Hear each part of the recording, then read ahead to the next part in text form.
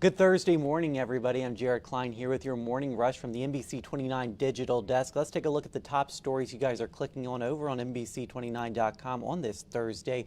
Coming in at number one, a now former assistant principal in Albemarle County is charged with contributing to the delinquency of a minor. At number two, police investigating shots fired in Charlottesville. We'll get to that story in just a moment. Then at number three, Albemarle County Public Schools bringing in a third party to help address an achievement gap.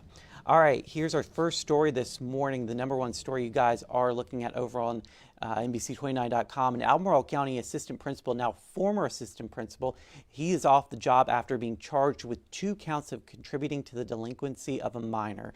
Yesterday, Western Albemarle High School parted ways with Harold Hackney 1 day after he turned himself into the Hanover County Sheriff's Office.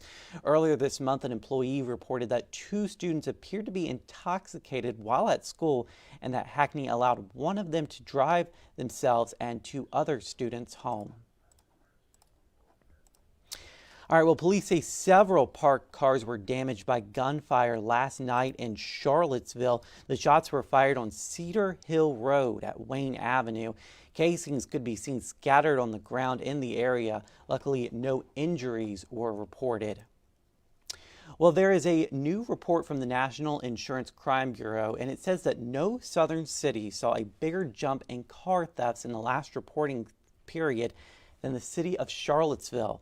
And with car thefts on the rise, insurance companies want to make sure that you are staying safe out there. Just know that certain cars may make your car more of a target for theft. Social media posts have been showing how easy it is to steal Kias and Hyundais that are without a key. So I would encourage everyone to start getting proactive, particularly if you're concerned about theft. That is a very specific, we call it cause of loss and recovery. The National Insurance Crime Bureau has a report ranking areas across the U.S. with a higher car theft rate. We have that link that you can go check that out over on NBC29.com. Well, Albemarle County Schools is taking steps to address its achievement gap. After years of waiting for data to change, the district is taking action to create a long-term solution. NBC 29's Madison McNamee shows us how an audit could lead to a potential fix.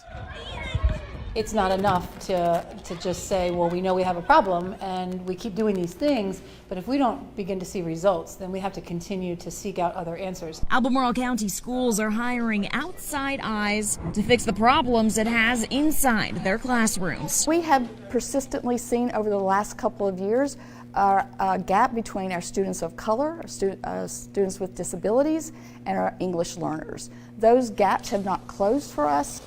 The achievement gap has been an ongoing issue and was made worse by the pandemic. Now it's time to find what's causing it and create solutions. So their eyes are going to be fresh. The consulting group Bellwether will audit 11 of the county's schools. It raises our level of discourse in a way that we can think about it more clearly. Families will also have the chance to sit down with the group to try to find the root of the problem. Bellwether really stood out to us as having a lot of experience with diverse groups, looking at performance of students with disabilities, our students of color, and our economically disadvantaged students. 2 days of observing the schools will require 3 months of data analysis to nail down what exactly needs to be done to see results in the classroom. Early education is absolutely critical, and early intervention is absolutely critical. And so I think I have a hypothesis that what we'll find is a lot of really, really strong input and feedback at the K-5 level. ACPS hopes to find long-term solutions for the achievement gap, and any solutions it finds from this audit will be put in place next school year. In Albemarle County, Madison McNamee, NBC 29 News.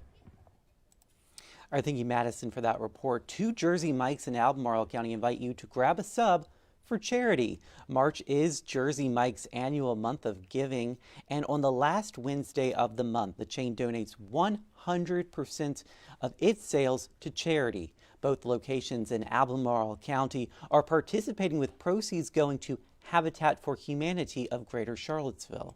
Great things in the community, so this is our way of giving back so that they will be able to continue to do what they have done in the past. In Jersey Mike's, we have great subs, so come get you a great sub for a great cause. Yeah, support a great cause while getting some lunch.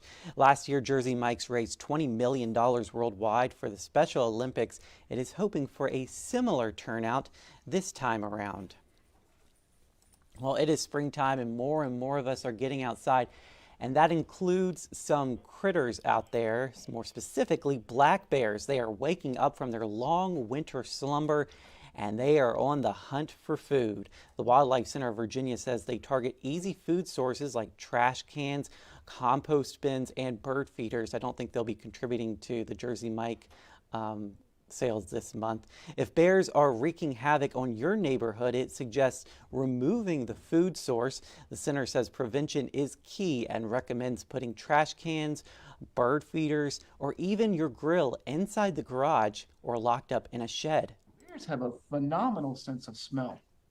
Conservative research estimates state that a bear can catch the scent of a food item from over a mile away. That's orders of magnitude greater than even a bloodhound. The Wildlife Center of Virginia says bears try to avoid humans and are skittish when it comes to new surroundings.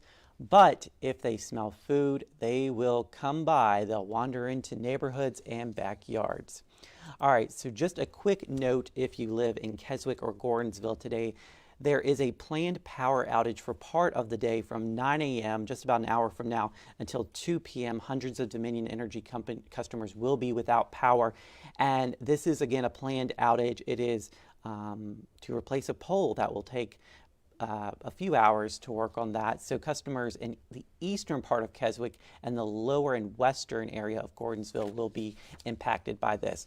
All right, we are expecting a very warm day today. Let's take a look at that 7-day forecast brought to you by Michael & Son Heating. A high of 80 degrees, the nicest day we've seen in a while here with mostly cloudy skies. Tomorrow the showers move in for our Friday, 71 degrees, but it looks like we're holding on to that wet weather for our Saturday a bit with a high of 70, but Sunday, look at that. It looks like a high of 73, mostly sunny skies. Should be a beautiful day. That is definitely the pick day for the weekend.